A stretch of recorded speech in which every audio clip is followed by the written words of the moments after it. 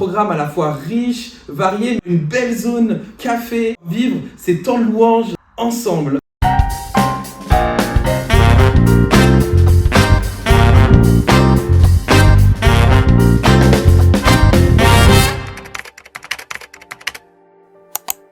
Alors on a construit le programme autour de la raison d'être du réseau FEF, ensemble pour le progrès de l'évangile.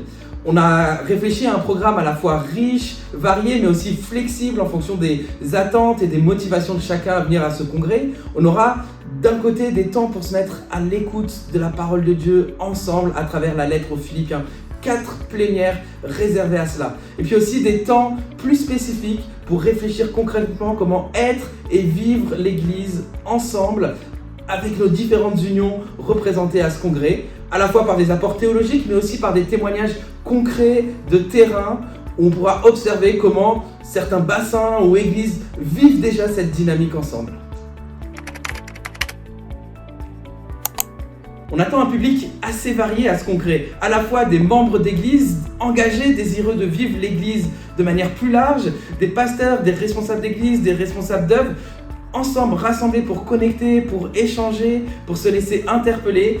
On aura pour cela des temps de partage, des temps de connexion par région. On aura une belle zone café pour pouvoir juste passer du temps et discuter ensemble. Et puis je me réjouis d'avance de pouvoir vivre ces temps de louange avec les personnes de toutes les unions qui seront représentées, avec ce groupe louange qui a été formé et accompagné d'une chorale, ensemble pour louer notre Dieu. Et une chose qui me motive particulièrement, c'est en mettant ma casquette de coordinateur du pôle jeunesse de notre union d'église. J'observe que les jeunes de nos églises aspirent de plus en plus à voir des réseaux grandir, à avoir des collaborations naître. Et en fait, ça va être un congrès qu'on peut vivre en invitant ces jeunes leaders, ces leaders jeunesse de nos églises. Il y aura un parcours spécifiquement dédié pour eux.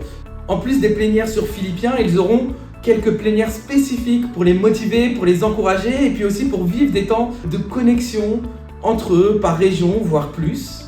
En fait, je crois que ce congrès, ça va être une première dans l'histoire de nos unions et ça serait dommage de le rater.